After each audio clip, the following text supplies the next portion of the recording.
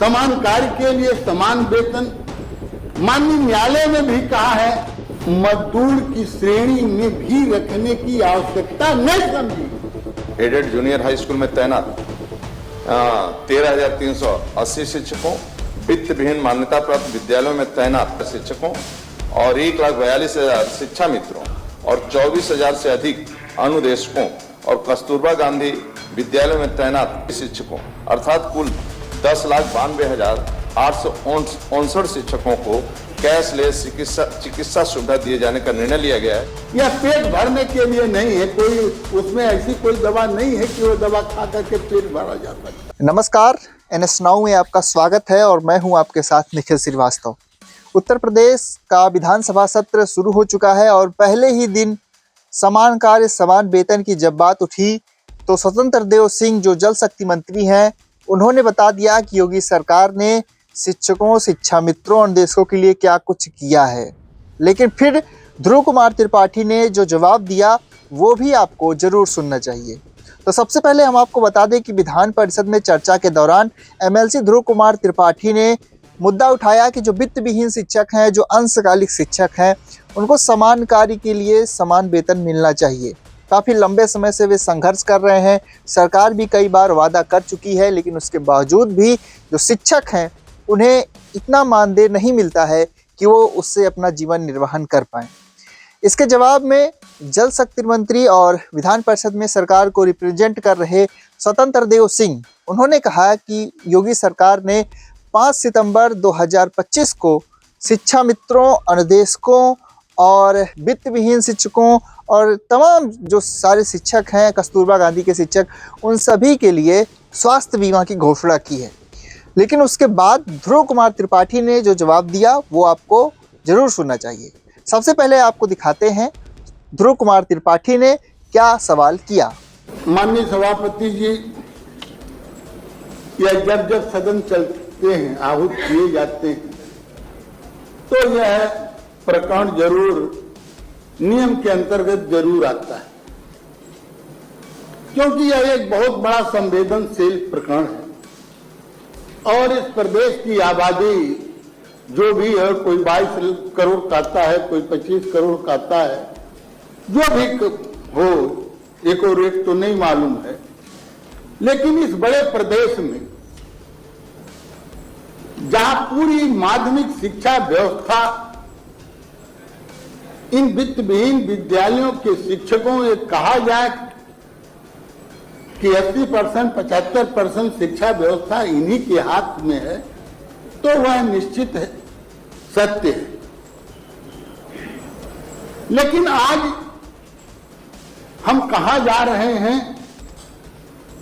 हम 2047 का मिशन देख रहे हैं, हम विश्व गुरु बनने की ओर चल रहे हैं।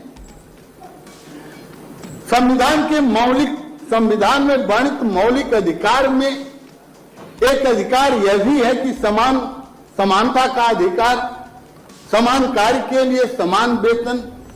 माननीय न्यायालय ने भी कहा है कि समान कार्य के लिए समान वेतन दिया जाना। लेकिन नहीं मालूम क्या है,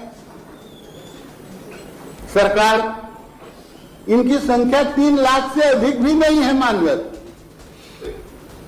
क्योंकि वह सब लिखा हुआ माध्यमिक शिक्षा परिषद के पोर्टल पर है।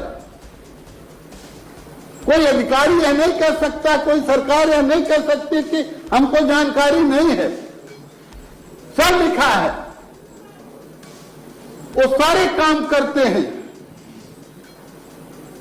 सारी योग्यता रखते हैं, लेकिन सरकार मजदूर की श्रेणी में भी रखने की आवश्यकता नहीं समझी।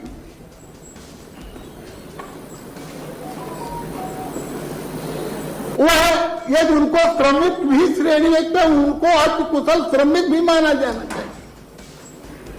माननीय नेता सदन इस पर तत्कालीन उप मुख्यमंत्री ने कई बैठकें भी की, सारे लोग जानते हैं, जो भी शिक्षा क्षेत्र से हैं, जो स्नातक क्षेत्र से हैं, सब लोग जानते हैं, पूरा सदन भी जानता है। हाँ, लेकिन इन शिक्षकों के लिए कुछ किया नहीं गया माननीय। आपने देखा कि ध्रुव कुमार त्रिपाठी ने जो मुद्दा उठाया वो है समान कार्य के लिए समान वेतन का, लेकिन इसके जवाब में मंत्री स्वतंत्र देव सिंह ने क्या कहा, आइए उसे भी देखते हैं। समस्त परिलब्धियों का भुगतान प्रबंधन द्वारा अपने निजी स्रोतों से किए जाने की व्यवस्था है। अभी माननीय मुख्यमंत्री जी ने शिक्षक दिवस के अवसर पर 5 सितंबर को हमारी सरकार द्वारा एक ऐतिहासिक निर्णय लेते हुए बेसिक शिक्षा और माध्यमिक शिक्षा के सभी शिक्षकों को कैशलेस चिकित्सा सुविधा देने का निर्णय लिया गया है।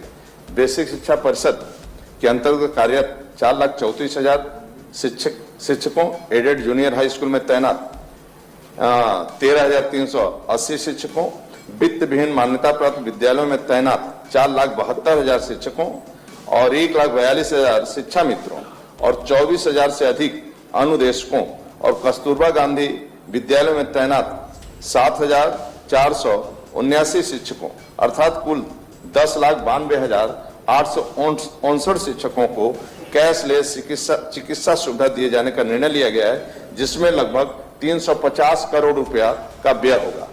इसी तरह माध्यमिक शिक्षा विभाग में भी एडेड विद्यालयों में तैनात 65,500 शिक्षकों, एडेड संस्कृत विद्यालयों में तैनात 2,120 शिक्षकों, व्यवसायिक शिक्षा के अंतर्गत 2,000 शिक्षकों, वित्त विहीन विद्यालयों में 2,24,500 शिक्षकों और वित्त विहीन माध्यमिक शिक्षा संस्कृत विद्यालयों में तैनात करीब 1,386 शिक्षकों के अंतर्गत लगभग 3 लाख शिक्षकों को कैशलेस चिकित्सा सुविधा दिए जाने का निर्णय लिया गया है, जिसमें लगभग 90 करोड़ रुपया खर्च आएगा। सरकार चिंता कर रही है और हर प्रकार की सुविधा, किसी प्रकार की परेशानी हो, सब चिंता करेगी। स्वतंत्र देव सिंह जवाब देने के बाद जब बैठ गए, उसके बाद ध्रुव कुमार त्रिपाठी ने ऐसा कहा कि जो स्वास्थ्य बीमा का लाभ दिया जा रहा है उससे पेट नहीं भरा जा सकता है। स्वास्थ्य बीमा में ऐसी कोई दवा नहीं है जिसे खा करके अब पेट भरा जा सके। तो पेट भरने के लिए उनके मानदेय में वृद्धि करना, उनके वेतन में वृद्धि करना जरूरी है।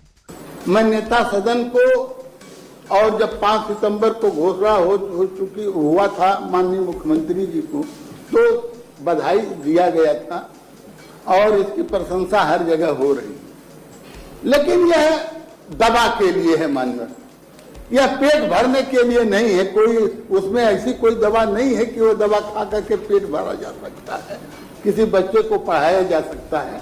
माननीय जो माननीय नेता सदन ने 10 अगस्त 2001 के शासनादेश का उल्लेख किया, आज वह 24 बरस से अधिक का समय हो गया। माननीय क्या कोई परिवर्तन की कोई जरूरत नहीं हुई? तो आपने देखा कि किस तरह से स्वतंत्र देव सिंह जो योगी सरकार के 5 सितंबर के उस घोषणा की बात कर रहे थे, जिसमें उन्होंने तमाम कर्मचारियों के लिए जो है वो स्वास्थ्य बीमा की घोषणा की थी। और लेकिन ध्रुव कुमार त्रिपाठी ने कहा कि स्वास्थ्य बीमा तो एक अलग मुद्दा है, लेकिन जो शिक्षक हैं, जो वित्त विहीन हैं, अंशकालिक हैं और तमाम तरह के वे शिक्षक जो कम मानदेय में, कम वेतन में गुजारा कर रहे हैं, कम वेतन में वो बच्चों को शिक्षा और दीक्षा दे रहे हैं, उनके लिए, उनके पेट भरने के लिए उनके वेतन में भी वृद्धि होनी चाहिए। इस वीडियो को शेयर करें, NS Now पर बने रहें। लेटेस्ट अपडेट पाने के लिए नमस्कार।